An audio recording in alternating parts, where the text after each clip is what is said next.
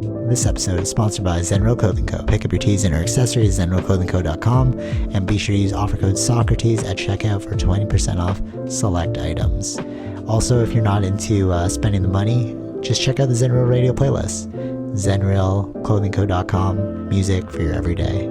This episode also sponsored by The Portian Bakery. If you're located in the Portian area of Scarborough, Toronto, be sure to check out The Portian Bakery, say what's up to Arville, and pick up a donut or two. Baked daily, crafted with love. This episode also sponsored by Podbean. Podbean is the podcasting platform of choice. It's the one that me and Vish use, and is great, you know, if you're looking to start that DIY podcast yourself. Definitely check out Podbean. Use the link podbean.com/SocraticGamers and gain 1 month of unlimited podcasting for free. Test it out, build that content. Anyone could podcast, right, Vish? Yep. Start a podcast and get your ideas out there. All right, enjoy the episode. I don't know about you on your side, but how was the snow where it hit you? I think it was a lot. I don't know. I'm looking at it from up above, so. Yeah, was the whole area like swamped or? Yeah. It's already, Yeah. I think, been clearing out, so. Oh, okay. Yeah, I was outside just now, and usually when we get these like snow warnings, remember like the last one, like, oh, like the snow bomb, whatever, and I was like, I'm just not gonna believe these anymore. And then I was getting these warnings about yesterday's one, and then it actually hit like at night. It was like, oh, it's not that bad, but then waking up this morning, like everything is trashed, like so much snow. Like I sent you the video that the tree fell. Mm-hmm. Like, man, it's pretty gnarly. But I was wondering if maybe it's like, I don't know, like our area specific because you're in a different, like you're a little more north. It was a pretty big area, I think. So. Oh, okay. Where the snow hit? Mm-hmm. Yeah, crazy. Yeah, it wasn't as bad as like last year's one though. Which remember that one where it's like everyone had to like you couldn't even get your car out of the bottom of the garage. You know, like post that, like after that snowstorm, I saw them like installing the heated like driveway thing, like going to the bottom. So I'm like, oh, that's like a much more smarter innovation because I guess last time like it just didn't happen. That's why you couldn't leave. Yeah. I think they always had that. Maybe it just wasn't working properly, or I don't know. Oh, that's why they had to like redo it. Yeah, crazy. Yeah, it's funny. I was like, when I was going outside, I was like, we would have just relocated. You know what I mean? Like as a migrating species, if this thing started to get like really wild, you just like pack up your stuff, like indigenous people, right? Pack up your tents and then like let's move to a different area. Mm-hmm. You know, like I feel like we wouldn't have stayed so long, or maybe I'm wrong. I don't know, because like the indigenous people are here for a while. Yeah. Well, it's more about bunkering down. They're probably just like you can stay in the area, but they've like got food reserves and things like that. Especially during winter. How do you think though they would have like prepped for that? You know, we have like weather warnings now. I think in just general they'll probably, because it's the winter season. Up for, it's already winter season. Yeah, you're expecting these things to happen. Yeah, that's interesting. There's such like a lost knowledge because we've like essentially exterminated the indigenous, right? But like, how did they survive in this way for so long, you know, and like thrive? I mean, obviously there was like inter-tribe killing and stuff, but like just the fact that you actually survived in this kind of climate for so long is like, I mean, like if you look at where a lot of still the native population is, they're still in the north, right? Oh yeah, true. Yeah. Where there is also a lot of snow as well. Yeah, at times it's so funny like thinking about the olden times to now because we have so much technology that it's almost like incomprehensible to live in it. Like for example, maps, you know, like physical maps. And then thinking back to how people would just like read those maps back then. Like if you were driving to Florida, because I remember driving to Florida and then my parents just bought like a giant map and then they were like mapping it out through the way, or, you know, and then do you remember when like MapQuest came out? Yeah. And then you print out the list of directions. So then you'd like be reading the directions as you're going. You're like, okay, wait, do we hit this yet? You know? Right. But now it's like so much easier. And And like that's like a lost skill. Like I didn't even know. You know, and they're like, "Oh yeah, that's just north of the river, or like south of the river." Like, what are you talking about? How do you even know your like geolocation from this? Right. They had to know it. You know what I mean? Yeah. Yeah. But like, There's like I think yeah. the other thing is like if we're traveling by sea, like those people that came here back in those That's times, gnarly too. Yeah, right. that's Like all how based do on the you stars. right? And And like like looking how at the sun, right? That's like the sun setting and rising. That you know is east and west. But like when you're at night, you have to look at the stars or like it's like a lost art, yeah, right? yeah. I'm sure like they still kind of pass down that tradition, but like from the level of like where it was just like boats, like Christopher Columbus, that time. You know what I mean? Like that is true. Like you have no tech. You're just using like a Compass type of thing, but yeah, I know what you're talking about. yeah, Yeah, like it's the protractor, not protractor, but like the you know what I mean? Like remember that math class? It was like the compass. It was a compass. Yeah, it's Yeah, called it was a compass, right? compass, and then I think it was called a Like compass. Yeah, and then you're the two doing sharp the points. triangle. Yeah. Yeah. Yeah, yeah. Yeah, I feel like we just don't do that anymore. It's sort of like we don't do cursive writing anymore. Yeah, I mean, there's like You different know, in types of schools. maps. I don't know if we talked about this before, but like there's different types of maps too, because it's like if the world is round, so you have to make a flat map, but it's not Right. a flat map is not accurate to Right. where you're Yeah. supposed to be going. So you have to know your angles and stuff like that. Yeah, that's great. Like the mathematics involved, and like you were just able to, like just to be able to calculate that and put your faith in that is so crazy. You know what I mean? Like you have like a map guy and like their whole project or like their whole job on the boat was to just make sure you got to where you're going. Yeah, exactly. Yeah. He's a map reader, right? So Yeah, right. And that's like so much trust in that because you're like, we'd be lost if that guy got killed or something. Oh man, game over. Right. But isn't that how like was it Christopher Columbus who came to Canada and he's like, he thought he was in India? Yeah. Yeah, so there you go. So like you can get it wrong, I guess. Well, they were trying a different route, so because the other way would have been like going down around Africa, right? So True. So he wanted to see if there's a different route to get there. So that's when he found North America. North America. Yeah. But like still, like that was just error. Like see what I mean? Like the difference in math is like, oh, you just pushed us in the wrong direction. So I don't know if it was. now, you know? Yeah, I'm just. I like. I would have to read into that. Like, is that just like the normal saying that he was looking for India and he found. You don't think he was actually looking for India? No, I'm saying like maybe he was finding another way to get to India, but in that process, he found North America and then called them Indians. But wasn't it? I thought it was like accidental. Like he thought he was in India. No. That's what I'm saying. I don't know if that's an actual true story or not. Oh, you think we just like made that up? Yeah, man. History is crazy. It's like it depends on who you read from. You know what I mean? Like, yeah. Like, has he been to India before? Did he know about it? So, like, then if he was coming here and he's like, I mean, you would know that they're different type of people, right? For sure. Yeah, totally. Yeah. You're like, where are all the spices, bro? Right. Yeah.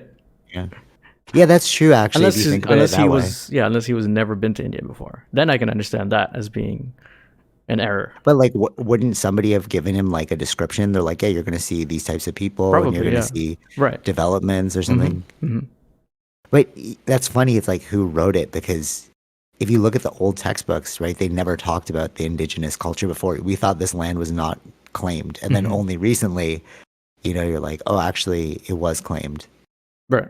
You know what I mean? Yeah. Actually, this makes me think of so many things. Like, I'll just bring COVID as a good example, but more recently, research has found that the getting COVID is equal to getting a shot, right? But they were saying that before during the COVID time, but that was considered like conspiracy, right? Like, oh, you just don't want to get vaxxed, right? So you're gonna say that it's equal. But the scientists were saying that. And it's almost like we almost have the truth out there, because the indigenous knew the whole time. When they're reading the textbook, they're like, this isn't the true history. You know what I'm saying? And then we're all being indoctrinated that this is the history. And then only now, like, the truth has caught up to general awareness. Right. Is it like that all the time? Is what I'm thinking. So like people know about these truths, right? And it's not until later when it's widely accepted. You know what I mean? Like, all right, another example is like yoga. Yeah. Okay, Yeah, you know yeah, what I'm yeah, saying? yeah. So like Carl Jung was talking about this for a while, like the different dimensions of self, and but these are like Eastern yogic principles, and only now through like contemporary science they're starting to take this more seriously. And it's like, well, we've been talking about this for a while. You know what I'm saying? It's like, is the truth out there? We just haven't collectively caught up. Yeah, I think it depends on where we like put the standard of truth in, right? So we're looking at from a science perspective. If it hasn't been researched enough to prove that, right? The truth may be there, Oh yeah, but I see what you're saying. you need to have evidence to kind of prove it. But someone has to be So looking into it, right? so then what do we call like collective understanding then? You know what I mean? Like you can't really call that. Yeah, but like for instance, even with yoga, it's like there's truth to that, but we don't know if all the aspects of it is true, right? There could be other For things, sure, but for sure. that's Yep, what I'm saying. yeah. So it's like then if science starts looking into it or whoever the scientists are, and it's like, okay, these things are the actual like factual things, and these are not, Yep, yep, yep. I see. I right? know. I totally get what you're saying. But like, what does that mean about like what I'm really getting at here is like, can you look at the world and really know what the world is? Or is it still just a half truth because the world's always moving forward and there's all these like little Yeah, pockets of you truth can't and know you kind of have to everything. go, you know what I'm Yeah, saying? Like you yeah. have to go around continuously searching outside of, um, like textbook understanding. Yeah, yeah, yeah. I mean, textbook understanding is only based on what we studied, right? If Right. there's things that Totally. we Yeah. Yeah. haven't looked at, and there are other cultures that are doing it, um, that may be true, but we just don't have it in just the um, Hmm. normal thinking. Yeah. Did I talk to you about, this, like the camping industry and it being like predominantly white? Camping? No, okay, so okay, all right, because they always at this. Oh, yeah, we wouldn't have talked about this on this podcast because I learned about it last week and we did the podcast earlier. Okay, so basically, there's this perception that the camping industry is, or like the outdoor industry is like predominantly white, Yeah. right? And it's like, okay, that's fair, you know. And then I was at this thing and I was like talking to people, and then I was listening to the way they were discussing things, and I was like, oh, you guys know something I don't know. And then I asked them like, how do you know? How do you guys have a shared understanding? They're both white, and they're like, well, yeah, we grew up with this. And I was like, what do you mean? And then they're like, at age 6, we did this thing. We joined camps. 16, we became leaders, and then 18, we became instructors. Right? So I was like, okay, we don't do that in our culture, right? Like you and I, right? And then they were like, yeah, and then Well, I've been to. What do you mean, like no, camps? hold on, let me finish. Yeah. Let me finish. Let me What finish. does camp So mean? Yeah. no, totally, Uh, totally. yeah. Let me finish. So then they're like, yeah, that's like the path, right? And then not only do your kids do it, but the kids' parents did it, and the parents' did it, and then the parents' did it, and we have this like intergenerational brand loyalty towards a specific camp, Right. right? Okay. So right, so if you have like 4 generations, 5 generations, let's say, that went to the same camp, okay, and our parents are immigrants, so we have first generation, you and I Yeah, yeah, here. yeah, yeah. How can we compete with 5 generations when we have 1 generation? I was like, it's not racist. It's just time. Yeah, yeah, yeah. So you went to camp, right? But it's like, did your parents go to camp? No. No, you were the first one. Yeah. Because how could they go? They're Right, immigrants, right? right. They're like adults when they came. So like, I wonder how many things are based off of natural time progression and how many things we're actually calling racist. Because then it came up like, oh, you know, like this outdoor industry is racist because you know, like there's systemic barriers towards like access, and like they don't have money, and like you know, they don't have knowledge to go, right? But I'm like, those are all symptoms, but I feel like the real cause is just time. They just haven't been here long enough. Because Right. like when you're talking about money, when you come to the country, what's your first thought? I want to pay for food for my kids. You're not thinking like, let me go bring them to camp. Yeah, we don't have the luxury yet to do that. right? But they have intergenerational wealth, right? So they have 5 generations of being like, okay, I'm going to save a little bit. Okay, I'm going to save a little bit. I'm going to say, oh, I have money to like now allow you to Right. to go to camp. So I think that's what's really going on here. I think it's just immigration is like I don't think things are like set up to be racist or have systemic barriers. I think they're just natural progressions of time, and immigration is the one thing that threw a wrench in the whole system. Yeah, you know, yeah. And only like immigration really has been like the vast amount has been only happening very recently. That's what I'm saying. That's what I'm saying. That's what I'm saying too. So I'm looking at this whole like transition towards diversity. I'm like, what are you guys talking about? And it's also not like they don't know, happen. but also it's like they don't know about these cultures that what happened here. They're also coming from a different culture that do different types of things. Yeah. If you go to their culture and then you're like, oh, there's systemic racism for white people to enter the sushi industry. Dude, you just came. Like we have hundreds of generations making sushi. Yeah. You know what I'm saying? It's like, it's not a systemic barrier. It is a systemic barrier because of time, but it's not racist. No. It's not done to be intentionally racist. That's what I mean. And I feel like the whole idea of like systemic barrier, I think it has like a negative connotation towards it. You know what I'm saying? Because it's like, I'm not trying to exclude you. You just don't do these things. Yeah. Yeah. You know, it's sort of like the, we were talking about like women's pay, right? Like, I don't know if it is actually, if you look at two comparable jobs, who makes higher, but like engineering jobs we talked about, it's like they don't go in those streams. Like they can if they want to, but if you look at the actual pool of them, you know, you have like 1 to 100. So you're like, how can we make it even? Or like, you know what I'm saying? Like if you have the same jobs, you know, and it's like one is higher just because of, you know, your sex, it's like, okay, that's obvious. But if we do like an aggregate total, yeah, exactly. Yeah, generally, that's what they're looking at, right? When they say the pay gap is based on the aggregate total, right? So yeah, so it's like, but it's like we don't have enough of a pool to calculate from. But if you go like individual, everything's equal pay. Yeah, with equal experience. Yeah.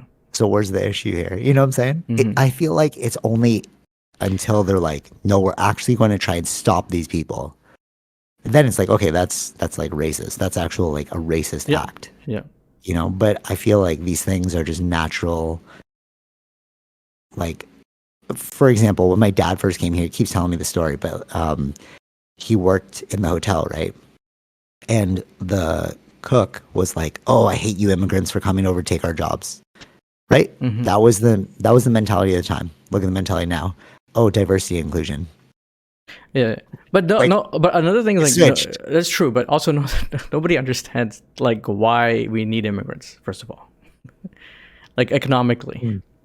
Okay, why? Like what's your rationale for it? It's this: when people have a better living standard, they don't have as many kids. So in order to like, for instance, like for us to retire, right, we need to have enough money flow, taxes going into the government to allow us to do that. Okay, yeah.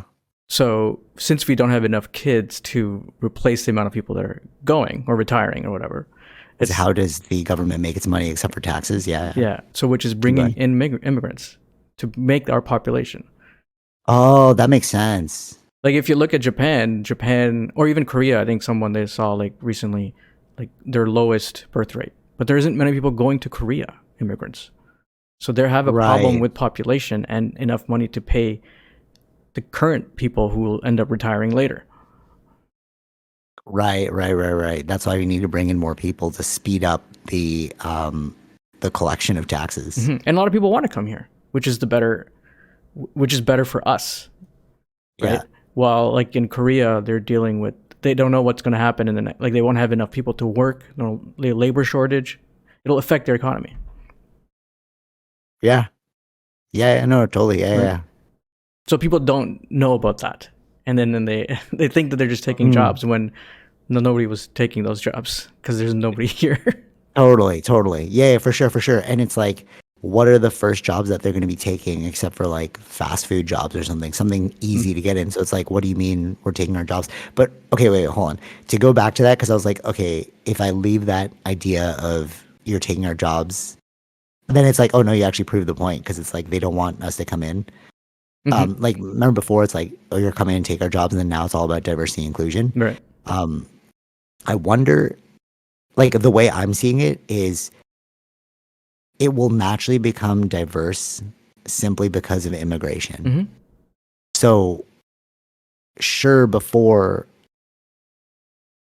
like, how can you perpetuate racism if more people are going to come? Like, what? All right, no, here. This is the real argument. How are you championing diversity and inclusion if it's if it is an inevitability? Right. As more people come in, they're going to become your workforce. Yep. Then that workforce is going to naturally become diverse. Right. Because like they are like from different parts of the world. No, exactly. So it's like it's kind of like obvious. if we were racist, we wouldn't be getting any immigrants. Like it's totally. So is the idea of like diversity and inclusion kind of like a losing battle? No, wait, hold on. Not a losing battle. It's a pointless battle. Because it's going to happen anyways. I think it's going to happen anyways, but I feel like they're going to take credit for it to happen. That's what I'm thinking too. It's like, well, see, without all right, that's funny you say, are they going to take credit for it? Because that was the argument. It's like, well, because I was talking to somebody about this, and they're like, without our efforts, we might not have gotten there. And I'm like, but if you just look at the natural progression of time, you're going to replace one workforce for another workforce. Yeah. Why would you keep having images of white people in your ads if 90% of you, like, you can't even find white people anymore? You know what I'm saying? Like, it's naturally going to shift. Yeah, it's always going to shift. I think you wouldn't, like, if majority of the population ends up becoming like, mixed race or whatever, like if you're going to target to those specific audiences, right? You're not going to be only doing white people as ads, for instance. Yeah, like, because there's more. So I was at Scarborough town yesterday, and I was like, wow, there's a lot of Asian shops here. And then your brother was like, well, yeah, there's a lot of Asian people here. I'm like, oh yeah, that makes sense, because I remember when we were kids, it was not like this at all. Yeah. But it's like, no, they're moving in. The market has to adapt to the new. Of course. That's how that works, exactly. Right? That's capitalism. And capitalism is naturally going to create diversity. Exactly. Like global capitalism, because we need globalization. If there was no globalization, then all right, no, we'll have like silos. Sure. But because new people are coming in and we need to compete, we're going to need to going to need to sell you the things that you need. Right? Yeah. And that's going to fix the problem. It's just like, why are we arguing over something that's an inevitability? That's my question. Yeah. I feel like we're in the growing pains of it. Right. Like, sure, yeah, okay, it seems bad right now, but 20 years from now, it's not going to be an issue. Right? Yeah, I don't know. I just see a lot of people yelling about something that I feel like they don't fully understand. Like if you just look at history, that's it. You just have to look at history. Yeah. They're all the time. True. And my second wonder is, if more and more people keep coming to Canada, will Canada become a specific type of race? Okay, let me explain. I was at so Tara's mixed, right? And wherever we go, they always think she's that thing. We were in Egypt, they thought that she was Egyptian. We went to the Philippines, they thought she was Filipino. Wait, did I say Filipino or Egypt? You said both. All right, we went to. All right, okay, cool. So we went to the Philippines. She thought she was Filipino. They thought she was Filipino. Then yesterday in Canada, we went to the Iranian Plaza because I love this dessert shop now. And the girl said something to her, and then she's like, "What?" And then it's like, "Oh, you're not Iranian?" Like, no, I get that though. So I'm wondering, is that what race is? Just an intermingling, and then you're in that area, you create your own lexicon. Right. So maybe in the Persian time, there was a dark-skinned person, a light-skinned person, and then they just kept intermingling, and they became like milk chocolatey, you know? And then they're like, well, nobody's around. Let's just create our own verbiage. So they created, Iranian language. Right. So is that what's going on? And then 100 years from now, so much mixing of the cultures, we're going to have a specific type of Canadian. Yeah, of course. Yeah. Right? Yeah, it's So like that. Yeah, exactly. Like even like when we look at DNA, it's like European DNA has a mix of Neanderthal. Yeah, right. The mix and happened. It's like the mix happened. So like, yeah, like if you look at 2023andMe or whatever, and you look at your like DNA strands, Yeah. so you're talking about, yeah. And so, and then people who are like white, they're like, I have a piece of African in me, like 2% African. Mm-hmm. But like, if you look at it like that, it's like, what is a culture except an agreed upon style within an area? Yeah. Even going so far as this, I was watching Drake's interview, Drake, like the rapper, and he was saying that I want to meet the first Toronto man because he created a slang, like a way of speaking that has become a meme, and we all speak like this. Okay. You know what I mean? Like things like cheese, like sheesh. That's Toronto man's. Oh, really? Okay. Right? They're memes. They're memes. Yeah. But we actually say that. Like Wob says that. Yeah. You know what I'm saying? That's a Toronto specific accent. We thought it was just like slang. Right. But he was saying that when he goes to different parts of the world, they're like, "Oh, you have an accent," to Drake. And he's like, it's a Toronto accent. Right. We don't even say Toronto. We say Toronto. Yeah. That's another thing. You know what I'm saying? Mm-hmm. And people around the world, they know this. Yeah, of course. So, you're going to see it, especially when they're, because here you're just meeting people from Toronto. So it's like, it's going to be we're all going to speak the same, right? Only when you meet different people. Yeah. So that's what I'm wondering. So if we keep intermingling, is there going to be like a specific Toronto culture in the future? It's like, oh, you look at them, you're like, you look at the way they look, you look at the way they speak, you're like, oh, from Toronto. Yeah. It's sort of like, oh, you're Guyanese. Yeah. Guyanese people also have the exact same thing. Like there's like Chinese Guyanese, Indian Guyanese. When you hear them speak, you're like, yeah, you guys sound the same. Yeah. And it would trip me out when I was a kid because I knew we knew the Chinese Guyanese dude, and when he would speak, it was like, but you look Chinese, bro. But you sound Guyanese. Exactly. I'm so confused. Yeah. It's a cultural thing. I've seen like a Chinese Jamaican. Right? That's another one, right? So you're like, actually, I was at the airport and there was a white Jamaican. It was like a white lady, and she was talking to these like Jamaican dudes, and it was like, I was like, oh yeah, you're a straight Jamaican, bro. You're not even faking this. Like the way I'm hearing this, right? Like, well, they were flying to Jamaica, so duh. You know what I mean? But it's just funny because it's like that historically is how cultures get created, intermingling, and then you're just in this area, so you all start talking the same. Boston accent's another example. Yeah. Right? Well, all within America. You hear Texas accent. Yep. But is this what race is? A collection of characteristics given a certain geographic location. Yeah. And then if it's really just that, why are you getting so hung up on race? You know what I'm saying? Yeah, it's so basic. Right. It's like systemic racism is just a part of time. It's like you've just been in this location longer. And then actual race is just a collection of attributes within a geographic location. Like if you say it like that, you're almost dumb for being racist. You know what I mean? You're like, wait, what? That's just where they're from, bro. Yeah. You know? Yeah, That's so true. all that to say, right, it makes sense, right? Yeah. So if you put it like that, if you put it historically, scientifically, like logically to somebody working in the DEI space, does it kind of just cancel out their arguments? It's like, yeah, I get it. Like, yeah, you want to like equality and stuff. But at the same time, it's like, is this an inevitability? Are we fighting a battle that would have just taken place anyways? Right. I don't know. I think so. I think the mix is always going to happen. Yeah. So why are we fighting? That's inevitable. Yeah. The only reason why I'm saying this, because I work in the space, so I want to like, I want to at least give like support to it, just because I'm like in that space. It's like it's how do I best say this?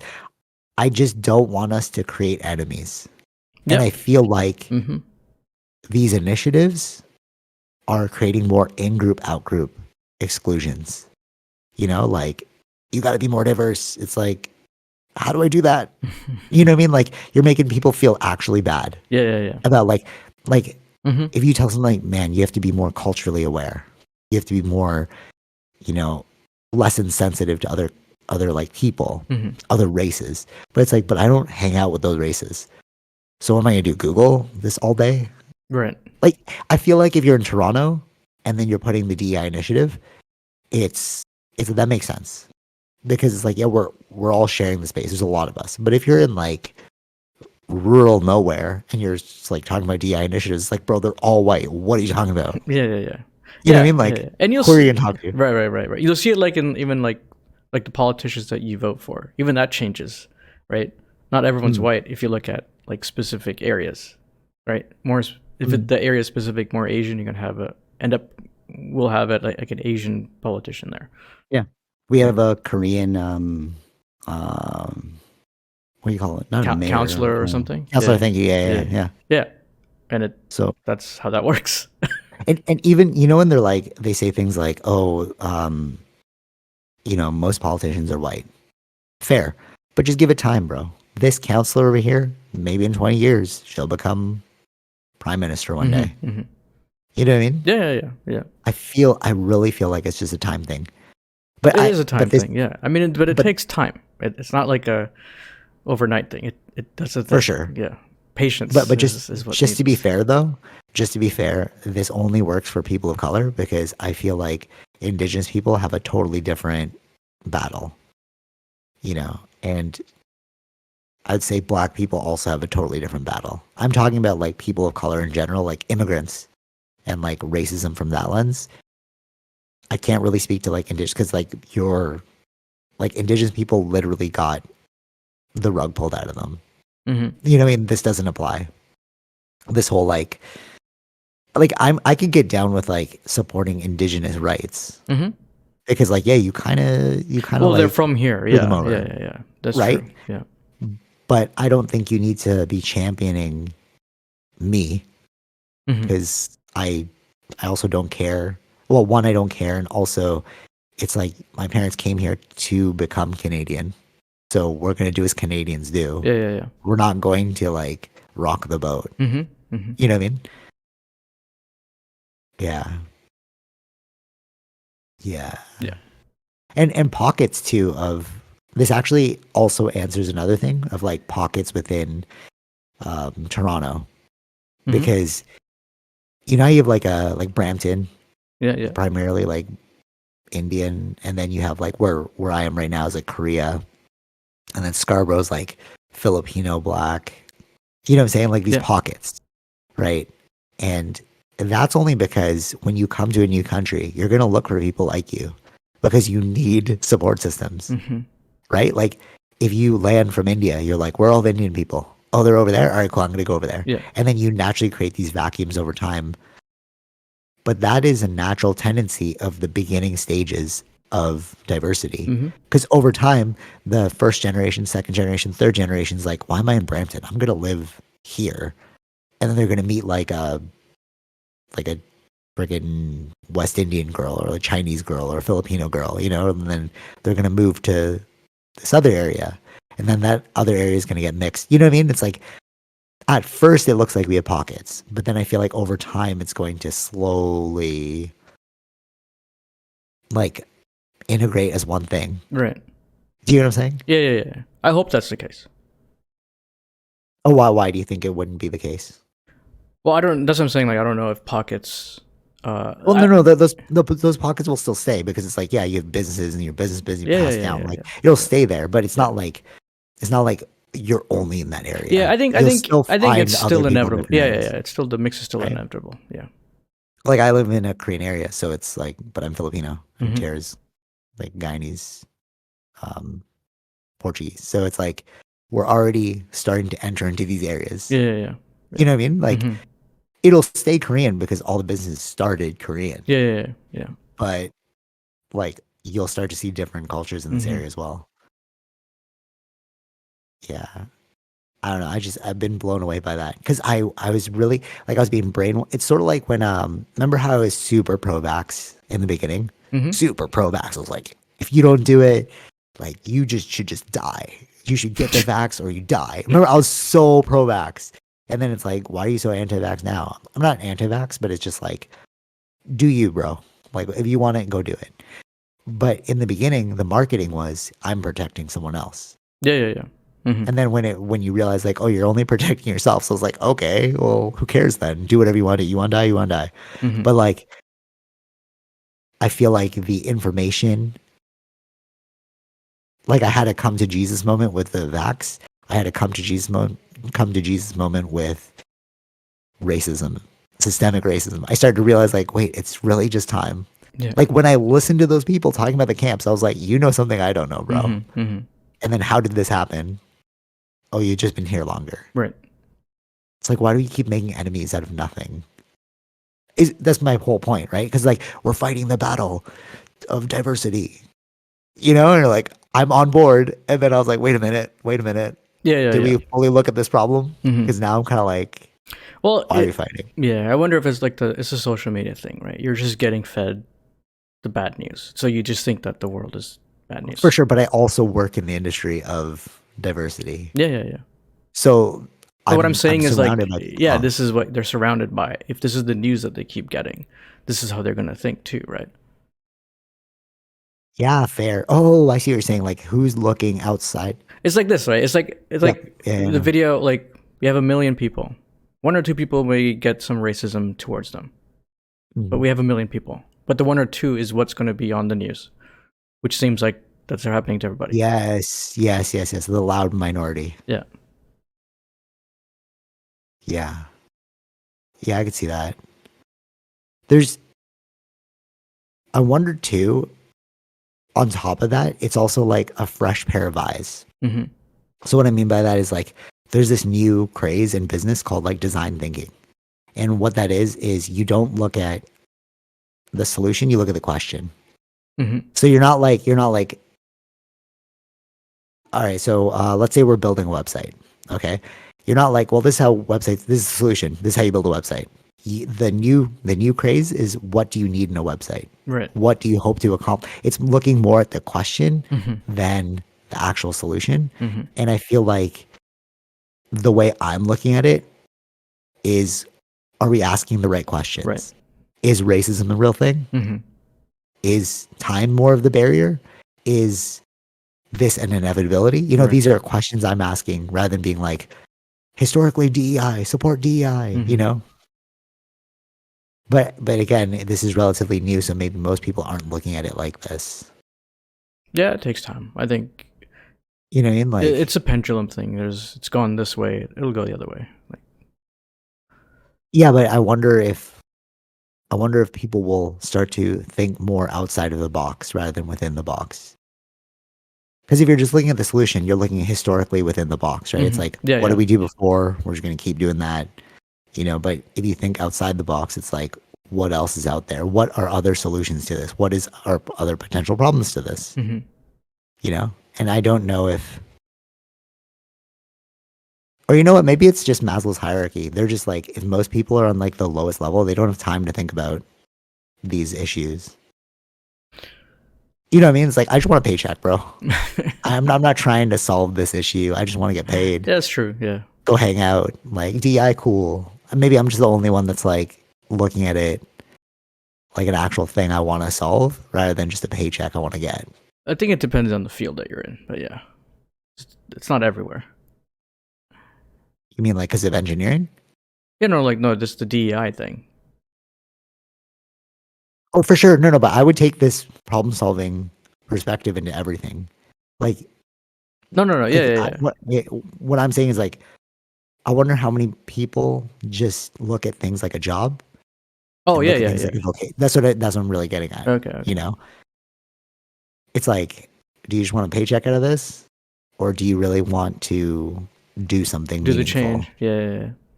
You know, whether it be like if I was in the tech industry, I'm like, let's revolutionize, make it simpler for other people. Whereas other people are like, I'm just coding, bro. Let me just code what you want me to code, get that paycheck. Yeah. Like Elon Musk, right? He's like, well, we could have stayed on Earth, but I see a huge problem. Let's go to Mars. Yeah. Yeah. Few and far between, maybe. Like most people are just looking for the paycheck. I think so. Yeah. Is it rude to ask? Yeah. I think it's most people are looking for the paycheck, but I don't think because there isn't really any real like problem with how you like issues with the way we're living, right? You know what I mean? Like we're not. If something was actually like, that's interesting. Okay. If there was an actual like issue, but there are issues though, like pollution is a huge issue. No. I'm saying like I'm in the sense of racism thing, right? Where it's like, oh, okay, yeah, like where people couldn't vote, like black people in America couldn't vote. That's why I'm like, I can't talk about that. No. What I'm saying is like, right. What I'm saying is like now, that was something that you should be protesting or like trying to get if you want to make it equal, right? Yeah. At this point, we're. Oh, I see what you're saying. There's no obvious problem. Yeah. Like, of course, if it was something like you can't vote because you're black, that's an obvious problem. We should fight towards that. Yeah. But there is no obvious problem, so maybe we're just all creating problems out of nothing to give ourselves jobs. It's like it makes no sense. Right. That could actually be what's going on. You watch a little Martin Luther King, you're like, I have a dream. Yeah, we should all be equal. And then you look at it now, it's like, that's why we created immigration. And like, we're not stopping you from coming in. Right. We're actually actively bringing people in. So that's actually solved. You don't need that anymore. Right. It's funny too when you like, we talk about it in terms like this, and then people are like, well, the way you're looking at it is so simplistic. But it's more complex. But I'm like, but every complex thing started as a simple thing. Like black people can't vote. That's the root cause, and then you have all these other symptoms. Right. So I feel like when people are saying like, oh, it's more complex than that, they're looking at all the symptoms, trying to solve all the symptoms, but it's like, let's solve the root cause. Right. But the only reason why I'm thinking like this is because like naturopathic doctors, right? Like Tara's always like, what's the root cause of this problem? Like you might have like XYZ as your complaint, but those complaints are linked to one thing. And if you just fix that one thing, XYZ will go away. Right.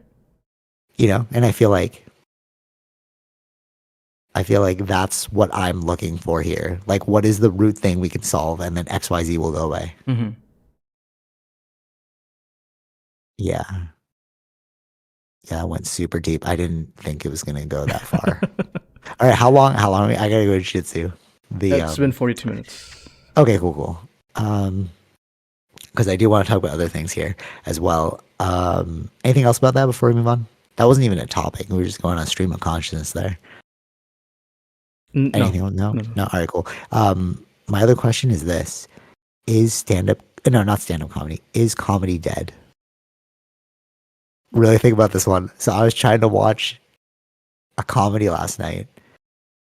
Okay. Remember like Tropic Thunder? Yeah. So funny. We were crying with laughter during that movie. Do you remember like Simple Jack? We Never Go Full? Yeah. I just saw like clips of it recently. So funny. Yeah, I know. I saw it come up again. It's so good. Ben Stiller, he's like, I don't apologize for anything. I'm like, yeah, it was the time, bro. It was hilarious. Like those things are so funny. Like, but the thing is, that movie was making fun of those tropes. Totally, because they're actors. They're playing as actors. It's making fun of the old tropes that were done. For sure. And like how RDJ was like getting pigmentation surgery. So funny. Okay. So I feel like, that's what I mean by comedy. So now my question is comedy dead? Because I was looking for a comedy last night, and all the old ones were like, Dodgeball, like Tropic Thunder, Step Brothers. Like all those funny Wedding Crashers. Yeah. We don't have any of those anymore. Mm-hmm. We don't have those we don't have those cultural hits that everyone remembers that were like, oh, that was a classic comedy. Right. And I wonder if it's because we have so many people getting angry at comedy. I think this is all a money game, right? It's a business thing. Do you want to have a lot of bad business? Like if you release something like this? No, for sure. No, totally. So, yeah. like, I think it's just the time. It's not the right time for these sort of things because it's just going to have too much backlash to have to deal with all that PR stuff. But that's what I mean. So it's like this actually kind of relates to the first topic about inclusion. But when we're so like we're trying not to hurt anyone's feelings, Mm-hmm. but comedy is about pointing at things that are obviously funny. Yeah. Mm-hmm. You know, like the best one I've seen recently was You People, because it's talking about like racism in that aspect. Like, but that was a tame comedy.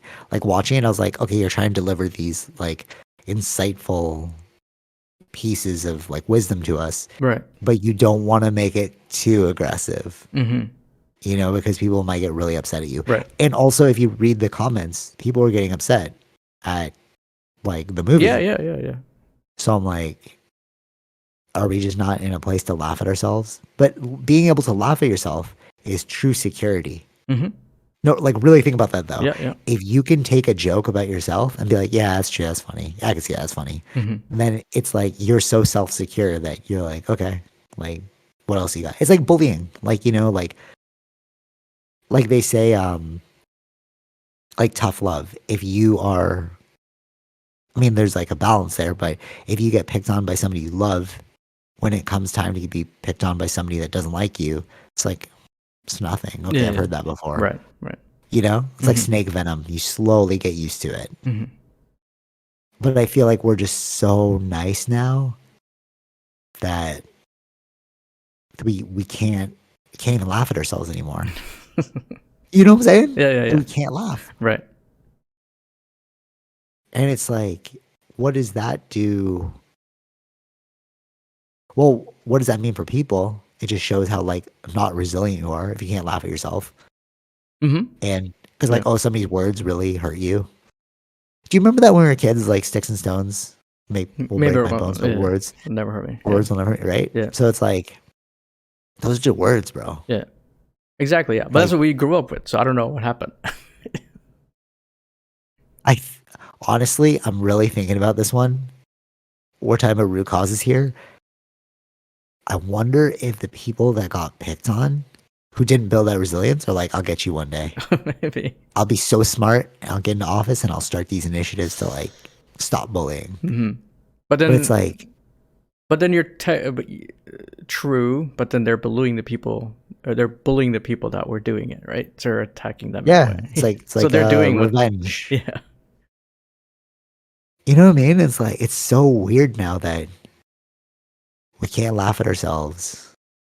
We can't, like, it's almost dangerous to say like, oh, I love Dave Chappelle. Mm-hmm. You know? Like, oh, I love listening to Joe Rogan.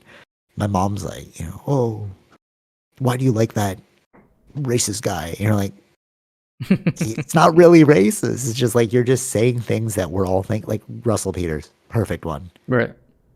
You know, he's just saying things. Remember I told you when I went to the Russell Peters thing, you saw all these people walking out because they couldn't take it. It's like, but it's just words. It's just yeah, that's true. All right, fair, because you can make the argument that like words create psychology and like psychology can affect you. But I think it depends on where you're at, right? This is a comedy show. This is not a you know what I mean? It's not a racist show or something like that. You know what I mean? Yeah. No, yeah, totally. But even in the scenario being correct, they still can't take it. Mm-hmm. Yeah. So it's like, well, what does that do for you? Like, what do you mean? How do you? It's almost like we want to build resilience without doing anything hard. Mm-hmm. You know what I'm saying? It's like, no, really think about that one. It's we want to build tough character, but we don't want to go through the grind of building tough characters. So losing in a soccer match, you learn a lot through loss, right? Yeah. But then if you give somebody like, well, you participated, here's your trophy. Yeah, I was about to bring that up. Yeah. Then you're like, what kind of message does that send to somebody? Right. You know? Yeah. And like, yeah, like what does that make you less skilled in the future? You know, like, okay, for example, I would, I don't know if I should give a direct example. Okay, I'll give you a loose example. So the industry average for social media ads is $1.72 for click through. Okay, so every time somebody clicks, on average, it'll cost you $1.72. Okay, so I was able to create an ad that came in at 16 cents. Okay, that's a crazy disparity. $1 to 16 cents. That means every time somebody clicks, it's 16 cents. It must mean my ad is really, really good. Right. I got there by being like, how do I make this better? Okay, I suck at this. Let me get better. I'm going to read. Okay, what are the industry experts saying? How can I tailor this? Right. But that's because I accepted the previous loss. When I first started, it wasn't 16 cents. Like it was like $5, something like I just didn't know how to make ads. But you learn from that. You're like, you suck, get better. You know? Yeah. But then if you give me a participation, you were trying. At least you were trying. It's like, okay, I don't need to level up here. Right. You know, but it was me myself internally being like, okay, you suck, get better. So I feel like if you take away the you suck part, then how can you get better? Right. You know what I mean? That's what a loss is. When you lose, it's like you suck, bro. Get better. But if you give somebody like a participation trophy, it's like you suck, but it's okay. Just keep doing what you're doing. Yeah. I think it's with the participation trophy came from, I think it's like the parents, right, being too they don't want to hurt their kids. It's being too soft with their kids. That's the thing. But that's what I'm saying. You suck. Get better. You know what I mean? Yeah. I feel like this. Like we need the you suck. Because how can you get better without the you suck? Yeah, of course. Yeah, you can't get better without failing. Like that, but that's all part of the progress. I think that's like an old slogan too, right? It's like failing. But we don't do that anymore. Failing just makes you. But we don't do that anymore. That's what I mean. It's like you're building unskilled people through this process. Right. But the intention wasn't that, right? Again, it's like these are the ramifications of those intentions. So maybe there'll be a rebuttal to it too, like the other way around. Yeah, maybe. Yeah. We don't know. I think. Okay, because they say like people who go to jujitsu and stick with it is a certain type of person. Because you're going there and you're getting tapped out like no tomorrow, right? So it had been a while since I'd been tapped out. And then I was like, okay, maybe just everyone here is like not. Remember I was saying like, okay, I'm having an easier time with everyone. So then I was like, let me go for bigger fish. So I started to go with people that are like 50, 60 pounds heavier than me. And they're tapping me out like no tomorrow. And I'm like, yeah, because I don't know this part of the game. But I'm not running away from them anymore. So now I'm like, now I know where my hole is. I'm going to those 50 to 60 pound heavier people. Right. And that's how you get better. Right. But if we were, because you're seeing it in jiu-jitsu too. That's why they have weight classes. So they're like, okay, you guys are an even playing field.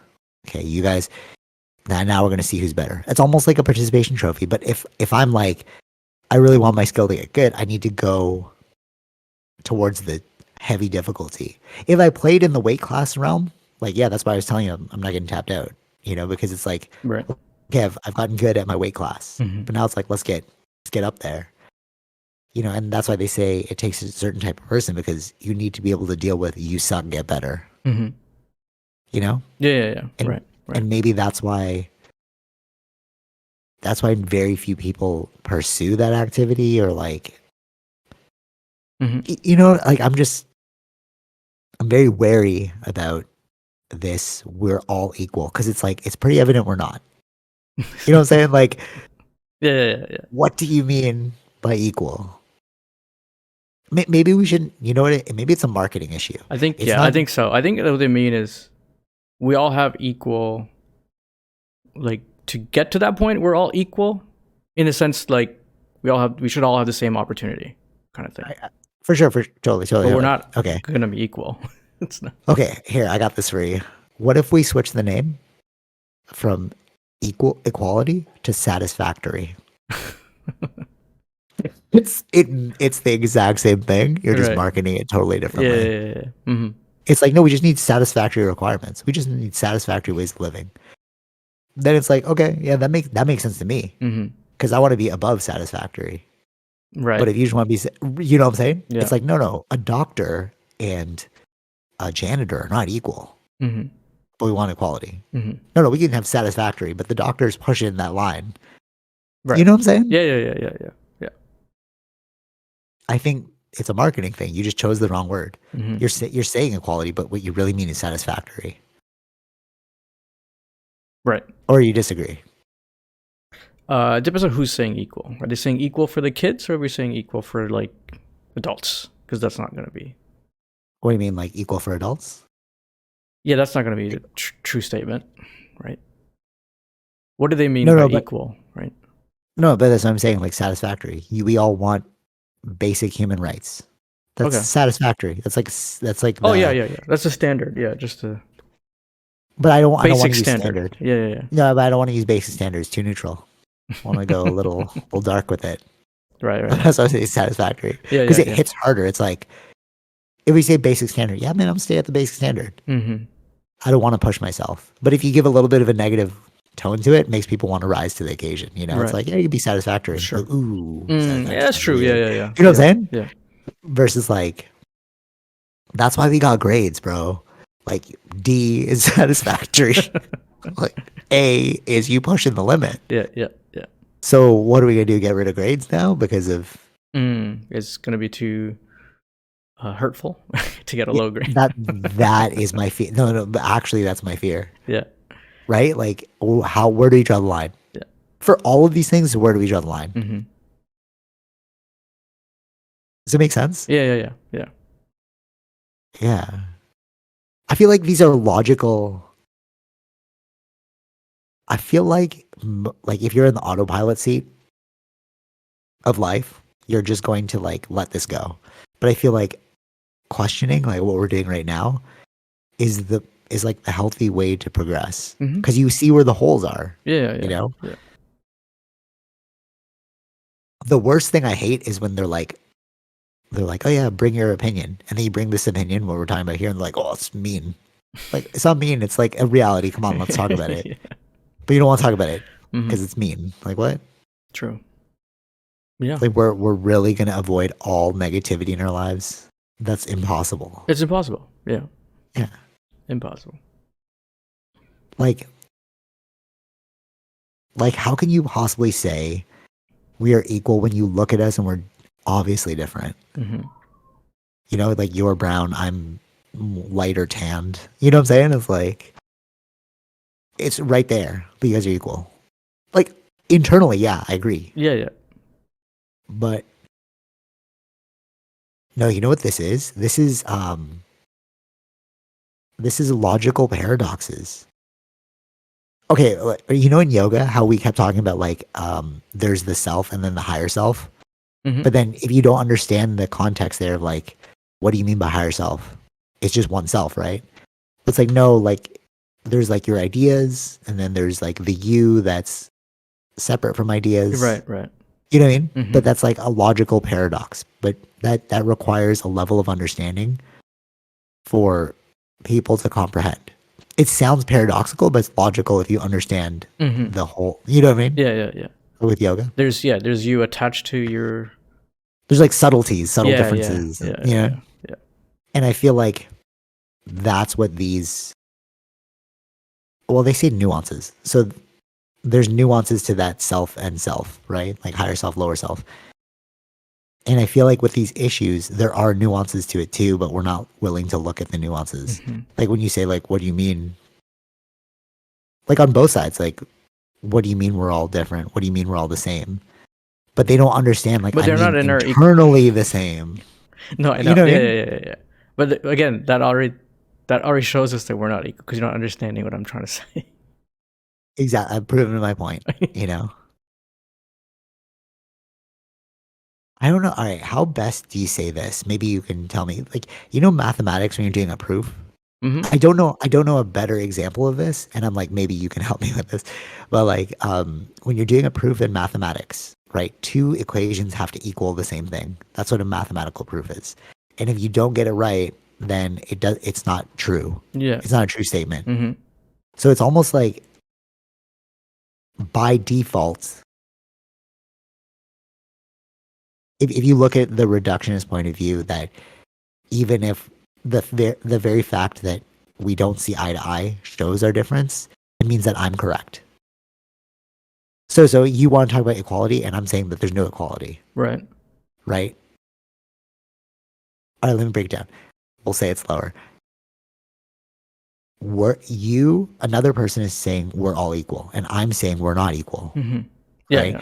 And they're like, what do you mean? And I'm like, just the very fact that we're disconnecting shows me that I'm correct and you're wrong. But like, how can you be right and I'm wrong? But I'm like, but by default, you know what I'm trying to say? Yeah. I know what you're trying to say. The lowest common, like, it naturally makes me correct because you're championing something that you've proven my point on. Yeah, because you just proved it. I don't know how to say that though. Yeah. You just proved it as you said it. Like when you disagreed with me, that makes it that means that we're different.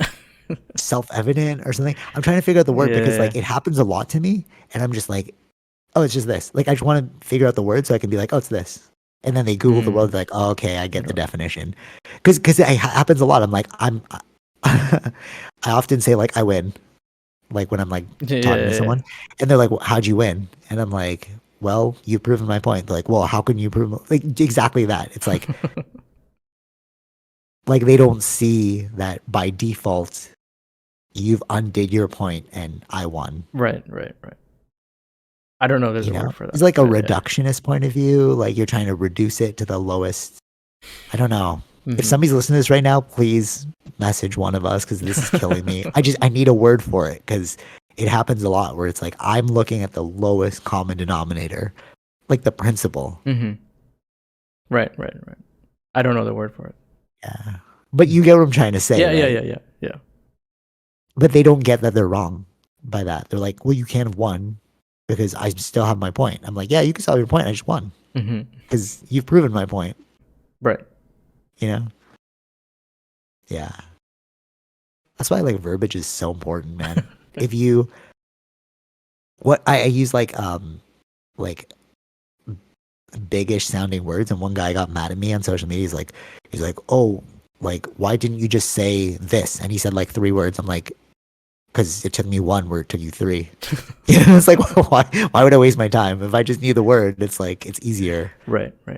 But people are like, oh, you're pretentious. I'm like, no, it's just but there's more of a efficiency, bro. But there's more of a self-reflection on them, though, right? It's like, why did you get mad at the 1 word, bro? No, you know what I said? In response, I was like, great, now you can use my word too. Now you know what it means. Yeah. Well, save yourself some time. Yeah. I'm pretty sure it was myopic. I said myopic, which is like nearsighted. He's like, why didn't you just say nearsighted? I'm like, nearsighted. Myopic. It's 1 word. Yeah. Anyways, what time are we at? Oh, we're an hour in now. Okay. Last thing. Okay, so cultural programming is super interesting to me. So I watched Donnie Yen's interview, and he was going through like his movie highlights, right? Like his like Donnie Yen, who's that these are again? the movies. What are you Donnie doing? Yen, the martial arts guy, like freaking Star Wars, Oh, him. Blind, The Oh, Force yeah, is yeah, with yeah, yeah. me. Okay, I don't know his Yeah, name. I right. don't know his name. Yeah, true, true. I mean, yeah, martial arts. That's why I know him.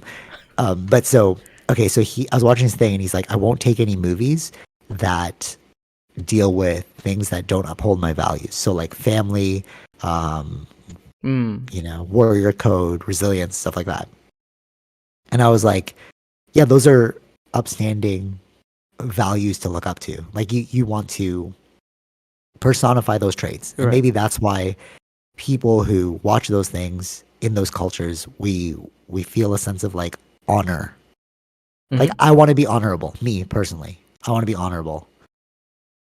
But that's probably because of my cultural programming, right? Through like martial arts movies, anime.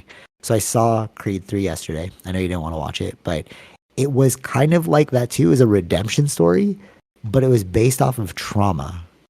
So the main character, he grew up in a group home. He got beat. He saw the guy on the street. He has an anger issue, so he started beating up the guy. His friend pulls out a gun. Police show up. Michael B. Jordan runs away, like as a kid, and then his friend goes to jail. Right. This is the storyline, right? And then his friend comes back, wants to become champion, becomes champion, and then Michael B. Jordan has to fight him. I won't explain why. But that whole thing was rooted around trauma, right? So they try and like talk about the warrior spirit through trauma, whereas Donnie Yen in Asian cultures, warrior spirit through honor, not trauma. Right. I want to protect my family. That's why. I want to protect my citizens. That's why. Whereas this one's like, I want to forget about the past and overcome the past because I had a lot of trauma as a kid and I was beaten. Seems like more ego-driven. Thank you. Yeah, totally. Yeah. It's the self versus the higher self. So Western, right? Western Canada is more self-oriented, whereas Western world is more self-oriented, lower self, ego-driven, whereas like Eastern cultures is more higher self-driven. And what does that mean for society? Because you're gonna watch that one movie and you'll be like, yeah, I run the streets, but then now I can one day become rich. Because that was essentially the story, and then like Donnie Yen's movies are like, I want to protect the ones I love. So you're watching both, and you're like, you know what I'm saying? Yeah. Are we setting ourselves up psychologically for failure here? Right. Because they're both warrior stories. But the way that they explain it was like you took two different paths, bro. Yeah, I think it just, this is what works with this audience, right? It's like, who's your audience, right? For sure, but we have to realize the power of media and how it can program a young person's mind. No, I understand that. But this is all, I understand that, but this is a business though, right? Capitalism. Yeah, totally. So it's like, we're going to make the most money. It may not be as profitable, let's say, if that was that honorable type of story in Western culture. Okay. You just made me think of something else, but okay, so you're right. It's more profitable. And if you look at Eastern cultures, their version of Hollywood, they don't make a lot of money. I was listening to him talk. He's like, yeah, we didn't really get paid too much for that. Whereas here, you're a multi-million-dollar star. So it's all based off of money, right? Yep. So you're setting up psychologically people for failure in the pursuit of money, right? Because you wouldn't rather take a hit and be like, well, this is going to program young minds, so I kind of want to. I think it all depends. Yeah, but it depends. I think for big budget things, it's for money. Yeah. For sure. I agree with you. And if you look at like Kendrick Lamar, who like didn't really care about the money, he still lives pretty regular. I mean, he has a mansion, whatever, but like he put out what means something to him. Yeah. And all of his work is about reprogramming young minds for positivity. That's why I like Kendrick Lamar. Okay. So you said like all in the pursuit of money. Did you see that post where it's like, where do we go so wrong? And you have Rome and then you have like regular apartment buildings. Yeah. Right. Okay. Yeah. You saw that meme, right? So I feel like with the movie industry, that's so what we just talked about is so related to that, because the only reason why we moved away from those amazing architecture things is because of fiat currency, which is fake money. So you can make as much money as you want, and investing, which is what you were talking about, profit. Like fiat currency and investing are the foundation for profit. And if you're just looking at profit rather than the benefit of your culture, it doesn't matter if you'll sacrifice the lamb for the bigger payday later. You know what I mean? Like we're like the sacrificial lamb for them to have a banquet. Does that make sense? Like, you know what I'm trying to say? Yeah. But like everything's connected to the money, right? Like if you're not making the money, then you're gonna have to close up business, and a bunch of people lose jobs. Let's say. Whereas, what I'm saying is, in Asian countries, it's not really about the money, and because it's not about the money, that's why you can do things like look out for the rest of your. Yeah, so that would probably mean like if to get the money, if it's like government funded, where it doesn't communism. Where it doesn't matter how much money you make, right? It's not about the profit now. It's you're getting funded from the government, so you can do your projects. Yeah. Communism. So maybe that is like, I don't know. Like, the more I think about it, I keep talking about like kingdoms and communism, and I'm like, is that the better way? Because most people don't really understand what's going on, or have like, you know. This is a totally different topic for a different time, because I'm running out of time here. Yeah. But do you see what I'm like? Do you see this like we're heading towards an iceberg effect? Like, it's like, wait a minute, guys. If we're just focusing on profit, there's so many ramifications off of this. Our housing system is terrible, right? It's so expensive, and for like dilapidated places, you know. Yeah. We were driving past this apartment building, and I was like we were playing this game, like, how much do you think it'll cost? And I was like, oh, it's probably like $500 because it looks super like dilapidated. 1,800, and I was like, what? This place looks so trash, bro. Right. Why would you live there? You know? But it's like the pursuit of profit. We can charge more money. We can, you know. Maybe capitalism unrestrained can be unrestrained. Know. Yeah. You need it has to be regulated, or yeah. There needs to be some sort of like balance here. Yeah. I had one more thing, but I totally forgot what it was. Anyways, anything else about that, or thoughts?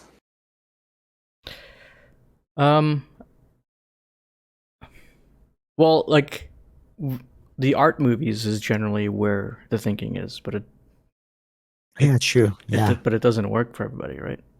Yeah. Maybe if you keep people on a lower level. Wait, actually, we'll think about this. This is trippy. All right, no, this is getting conspiracy theory here. But maybe if you keep people on the lowest level of self-actualization, like the Maslow's hierarchy, just thinking about food, water, shelter. That's why prices are getting crazy. Oh, dude, I went to Wendy's yesterday, and me and your brother, and I got this combo, right? The Baconator combo. The fries were so much smaller. They gave you a small instead of a regular pop, and the burger was tiny. And I was like, wait, it's the same price though. Right. I guess the alternative is you jack the price up. But like, wait a minute. If we keep everyone on like survival state, like, let me just make enough money to pay for this. Let me just make it, then you have no time for self-actualization. Yeah, there are some drawbacks to it. Yeah, I'm not saying that it's conspiratorial. It just happened. It's like the racism thing where we're like, is the outdoors industry racist? No, it just happened. Yeah. To work out that way. Like, I don't think anyone's like really.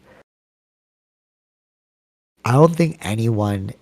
I think it's more a symptom of incompetence than it is, or like no future planning. Like, that is incompetence. Like, nobody looked ahead. Like, what would this actually do? Yeah, we're just trying to like keep the train moving forward. Yeah. You know what I'm saying? Yeah. like lockdowns, right? For COVID. Nobody thought, what's that going to do for people psychologically? We're like, oh, we'll deal with that later. Mm-hmm. I mean, obviously they're trying to contain a virus, whatever. But like, we're moving at such a rapid speed for everything. Right. That if you don't take time to like slow down, you're just going to like crash the train. Yeah, that's generally, that's where art is supposed to come in to kind of try and rectify things. Yeah. Yeah. Totally. Yeah. Yeah. But it's not totally. but it's not like every single art, right? Of course, there's going to be big budget movies that's just meant for profit. But there are other movies, the independent ones, that try to, but again, it's like their audience is very small. Like Atlanta. Mm-hmm.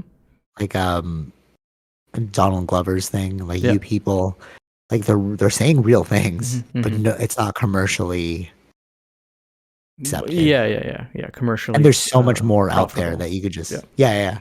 And there's just so much more out there that you can like melt your brain with. Yeah, and there's so much now, right? Yeah, that's what they're saying. Yeah. Like now we're going, it wasn't just Netflix now. Now we got Apple TV, we got like HBO, we got Disney Plus, right? And all that kind of stuff. So it's like But I don't think that people are necessarily like, I don't think this is planned, but it's just because nobody's looking at the foresight of too much content. It's like, because we're just like, oh, let's just make more content, make more money. But it's like, what does that do to people? It's like you start drowning out the real messages. Like you were saying, like the art is being pushed down. Mm-hmm. Yeah. Oh, how much time we got? I'm looking at the time. I really have to get ready for jiu-jitsu. But we're 1 hour 15 in, so. Okay, all right. Last thing, because I remember what I wanted to say. Sorry to cut that last topic short, but this is really cool by Guy Ritchie. So I re-listened to Guy Ritchie and Joe Rogan, and I was like, oh, cool. Like he was saying like a lot of insightful things, but one thing that he said was every single story is a redemption story. Mm-hmm. And then he said, look at the prodigal son, the story of the prodigal son. Do you know the story of the prodigal son? Maybe. Okay, I'll give you the story. All right. So this rich dad has two sons. Okay. And this is like a story in the Bible. And one son, he gives his inheritance to both sons, and one son leaves, spends all the inheritance, becomes like tied up in a lot of bad things, whereas the other son stays with the father, keeps his inheritance, and helps him build the empire. Mm-hmm. So then the son who left, he can't make it in the world, so he comes back, and then the father welcomes him home. But the other son's like, Dad, what's going on? Like, I was here with you the whole time. Why are you letting him into the house? And he's like, well, he was lost and now he's found. That's the story of the prodigal son. Okay? If you take it literally, it's very confusing. You're like, well, why did he accept him? Yeah, you should accept. That's what I was thinking as a kid. I was like, yeah, you should just accept the one that was with you the whole time. No? Why would you bring this person in? Guy Ritchie said it like this. It's actually a story of self-realization. Mm-hmm. So you are the father, and then you have one, which is your ego. He didn't say the ego, super ego part. I'm adding this in because I'm like, oh, this actually makes way more sense. Or it's like tied. So your dad is like the super ego, right? It's like your highest self. Okay. The ego is the safe one, which is the son that stayed. Mm-hmm. But then you have the id that leaves, does all the craziness, and has to come back. Mm-hmm. You have to find yourself by losing yourself. Right.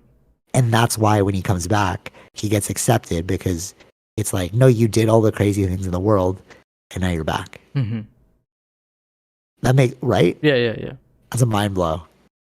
And then it made me think of my own story, because it's like, I was at my cousin's debut, and they introduced me as so dumb, like the adventurous Herbal James, and I was like, okay, like sure, but it's like no, because they see me as a wild child. Yeah. Right. I'm the prodigal son that came back. Mm-hmm. I did like all that traveling, like did martial arts, yoga, like made no sense, right?